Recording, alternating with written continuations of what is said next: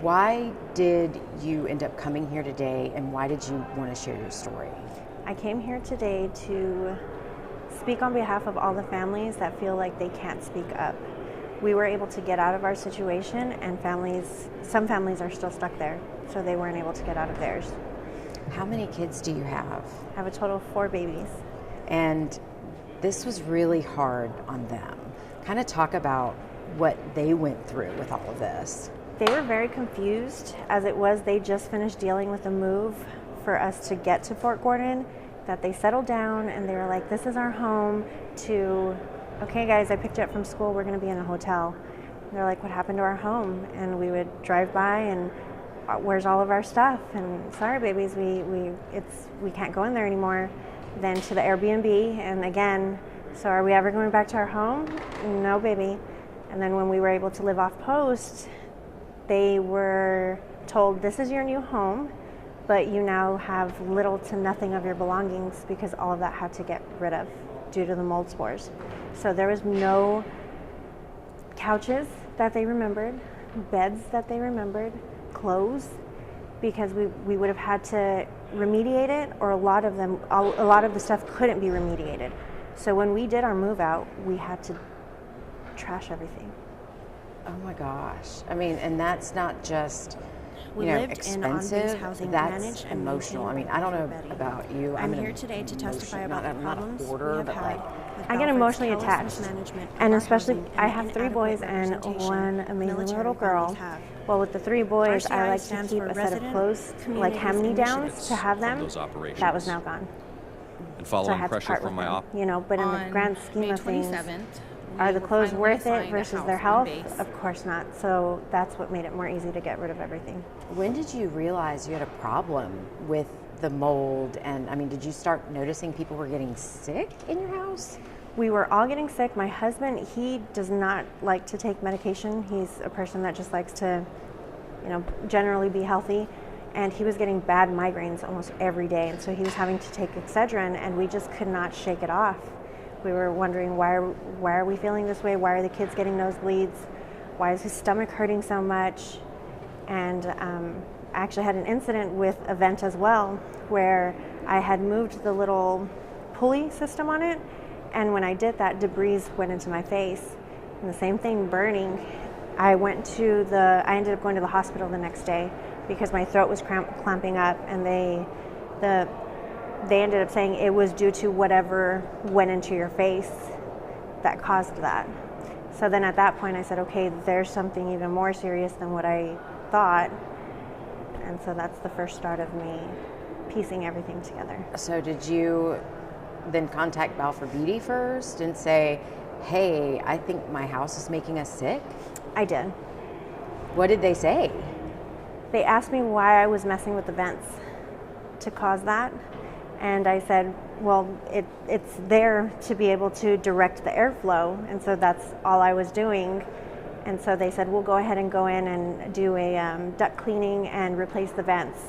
Well, once they did that, on the caulking around the new vents started having black spots come out from it. And so their explanation to me was the maintenance worker must have done it wrong. Oh my gosh. And did you just say, okay, or did you know something was really wrong then? I had my suspicions, but I had explained to them I saw the maintenance worker do it. It was white. There wasn't where he caulked it and it looked messy. It was pure white around it. So for us to fast forward about 3 weeks and then there's black appearing on it, you can't really say that it was the maintenance worker that did that. Oh my gosh. And how did you realize the nosebleeds and everything was connected to that? I mean, because you've got 4 children, you're busy. I mean, hindsight's always 20/20, and it always is easy to see when it's in the rearview mirror. But when you're like in something, sometimes it's hard to put 2 and 2 together. And you don't think my house is making me sick. Right. I mean, you go to a million different things first. Other things, and that's what they were trying to tell me. Oh, it's Georgia. It must be allergies. That's what you're trying to get adjusted to it, which I accepted it for a while. You know, that's reasonable. But after me digging through Facebook and seeing if other families were experiencing the same things, I slowly started piecing everything together that, oh, there is a thing, that can cause this and be a reason for everything. Has this caused a lot of stress for you and your family? It has. Kind of talk about that. My husband, he's been such a trooper, but in between his drill duties and us constantly moving, it took a toll on us. It took a toll on our marriage. It really made us have to communicate properly to be able to be moving all the different elements of it. When I'm wanting to spend time with my children, I'm working on emails to try to talk to Belford and RCI, and that takes time away from the family. So it was definitely difficult. And you're the whole situation. Frustrated. Mm-hmm. And did you ever just think, like, how can this be real life? Yes. I mean, my husband's a drill sergeant. I'm working, we're a military family. I can't believe we're being treated this way.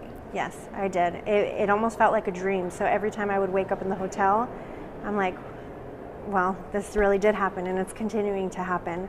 So it felt surreal every single day that I was living through it.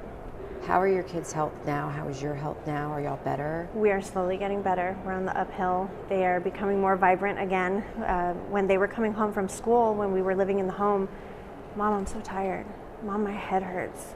Mom, I got a bloody nose at school. The nurse had to help me clean up. Can we go to sleep now? Children of those ages want to be running around. They have an immense amount of energy. When mine were coming home, I'm tired. I just want to lay down.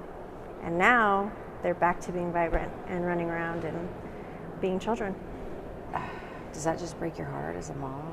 It does. It feels like we failed them because 2020, I should have pieced it faster.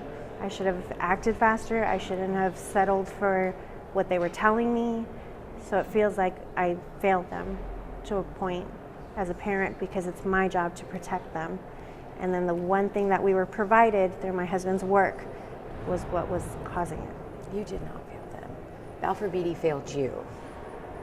You did not fail them. Balfour Beatty failed you. Yes, they did. It's just hard. 100% they did. 100% they did. Do you feel more hopeful after being here today that things are going to get better? I do. I pray that we are the last families to have these issues and that big changes do come of it. Nobody should have to live the way people are still living today. I don't have any other questions. Is there anything you want to say that I didn't ask you about? No. Just, it's horrible what they're doing. They don't. I personally have friends that are still living there, and these are the same issues that are happening, where RCI is not stepping in for them, where the work orders are being changed around, where they're told, we'll come back, and they never come back, where there's leaking everywhere, and so it's still happening. These are still issues as of last week. I have a dear friend that she's been going through it and still going through it with no changes. So where are y'all now? A different place? We ended up moving off post. Oh, so you don't even... No. We told them after we found out it was inhabitable, we said we're done. So the last of it was us just tossing out whatever we couldn't keep, and then we moved off post because we weren't going to risk another home that they tried to provide us to be bad.